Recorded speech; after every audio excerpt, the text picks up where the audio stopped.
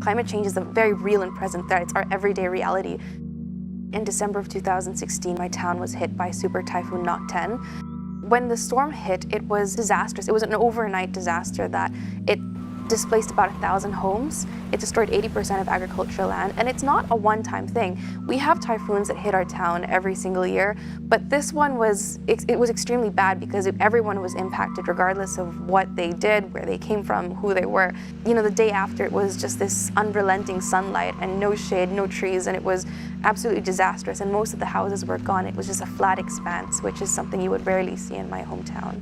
And this super typhoon was kind of a moment where it clicked for us that the climate crisis was impacting our communities, and there was this need to adapt to these changing climates and these extreme weather conditions, and we needed to do something immediately, or else we would risk getting left behind or losing everything we had. What we're trying to do is to make sure that farmers are ready for the climate crisis and ready to adapt to the fact that our soils are degrading, and make sure that not only are they prepared for the climate crisis, but they can also bounce back better, recover easier, and not just that, but also be part of the stewardship to protect our landscapes and make sure that we can regenerate those lands and reforest anything that's been lost in the previous storms.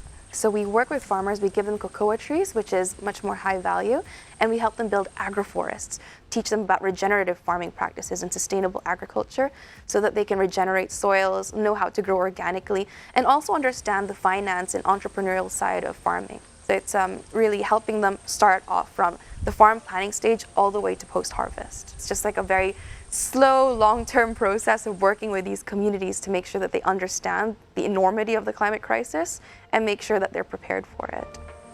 We're a very small group. There's only 4 employees, but we're working with over 200 farmers, and we planted over 85,000 trees over a span of 85 hectares of land.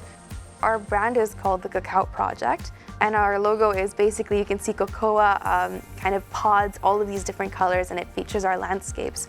And it kind of helps show people what these landscapes are and kind of shows a story of how we're regenerating these lands and helping farmers become stewards to our environment as much as just recovering.